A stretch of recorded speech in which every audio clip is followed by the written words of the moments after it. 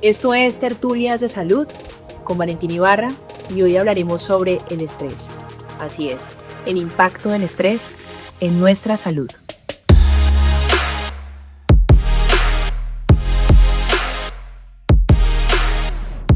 ¿Te has preguntado alguna vez si lo que pensamos puede influir en nuestra salud en general, en nuestro bienestar?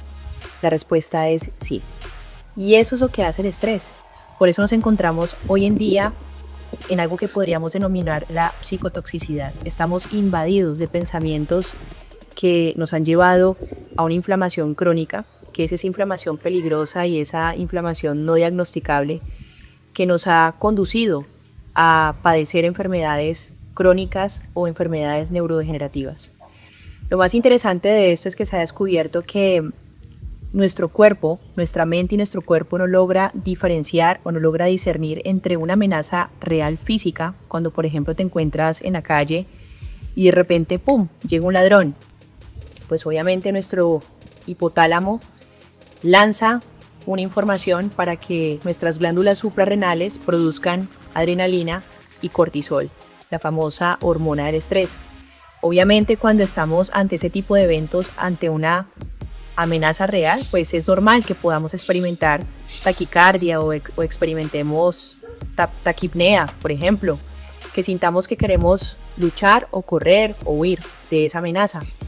Pero sucede que en esta sociedad ya también nos encontramos ante esa amenaza imaginaria, con esos pensamientos rumiativos cuando estamos en nuestra casa, sentados en la sala o en nuestro cuarto y comenzamos a pensar, bueno, ¿y será que alcanzaré a pagar el arrendamiento de este mes? ¿Y será que mi esposo o mi esposa me está haciendo infiel?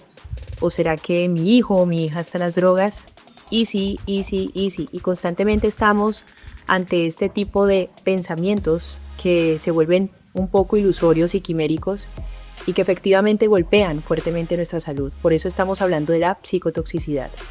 Y es interesante que hablemos de esto también porque desafortunadamente esos pensamientos o esta amenaza imaginaria produce exactamente lo mismo que si lo experimentamos de forma real.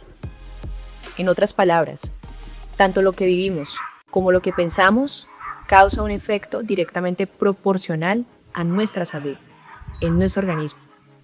Entonces, preguntémonos qué impacto genera esta carga o esta intoxicación de cortisol, porque estamos intoxicados de cortisol. Recordemos que el cortisol se dispara cuando nos encontramos ante estos momentos de lucha o huida. Y esto también ocurre cuando estamos constantemente invadidos de pensamientos. El impacto lo podemos experimentar de muchas formas. Uno de ellos a nivel físico. Se nos cae el pelo, porque el cortisol efectivamente inhibe la recuperación del folículo piloso, así también inhibe el proceso o la recuperación, por ejemplo, de los fibroblastos en la piel. Entonces aparecen las famosas temidas arrugas, los cambios de piel, sí, el color de piel cambia por la gran intoxicación de cortisol. Vemos también un impacto a nivel psicológico, nos volvemos personas mucho más irascibles, más irritables y a veces como que no encontramos una razón, pero ya sabemos que efectivamente esta alta intoxicación de cortisol nos lleva a padecer problemas a nivel psicológico en nuestra tranquilidad diaria. Vemos también un impacto notorio y esto es uno de los puntos más importantes en nuestra respuesta inmunitaria y por último y no siendo menos importante, que yo diría que es uno de los temas más apasionantes y más comunes hoy en día, el impacto en nuestro sistema digestivo, nuestra flora intestinal o más bien llamada microbiota intestinal. Recordemos que el 70% de las bacterias que se encuentran en nuestro cuerpo están en el colon. Es interesantísimo este dato. Y hay un libro que incluso les recomiendo a todos ustedes de Alana Colen que se llama 10% humanos. ¿Qué quiere decir esto? Somos 10% humanos, sí, pero por cada célula de nuestro cuerpo tenemos 10 bacterias. La pregunta es, ¿cuáles son esas bacterias que habitan en nosotros? ¿Las bacterias buenas o las bacterias malas? Y ahí es donde tenemos que prestarle mucha atención, porque el estrés lo que va a provocar es que desafortunadamente tengamos más bacterias disbióticas, que son las bacterias disfuncionales o las bacterias putrefactivas o las que no son buenas en nuestro cuerpo, y no tengamos bacterias eubióticas, que son las bacterias buenas. Ahora bien, ¿qué protocolo podemos implementar en nuestros hábitos de vida? Y recordemos que esto es un consejo preventivo, porque en la prevención está la cura. ¿Qué alimentos podemos sí o sí incorporar para mejorar nuestra flora intestinal y evidentemente mejorar o fortalecer nuestro sistema inmunológico y por ende disminuir o modular el estrés en nuestra vida? A estas alturas ya hemos concluido que una disbiosis, es decir, el cúmulo de bacterias dañinas en nuestro intestino, perjudica tu estado de ánimo, aumenta tu dolor, incrementa el riesgo de enfermedades neurológicas y hace que tu cerebro funcione peor. Por eso recomiendo el consumo de probióticos.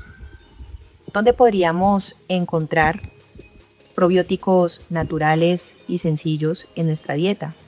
Podríamos encontrarlos en el kéfir, el yogur, el chucrut, el kimchi.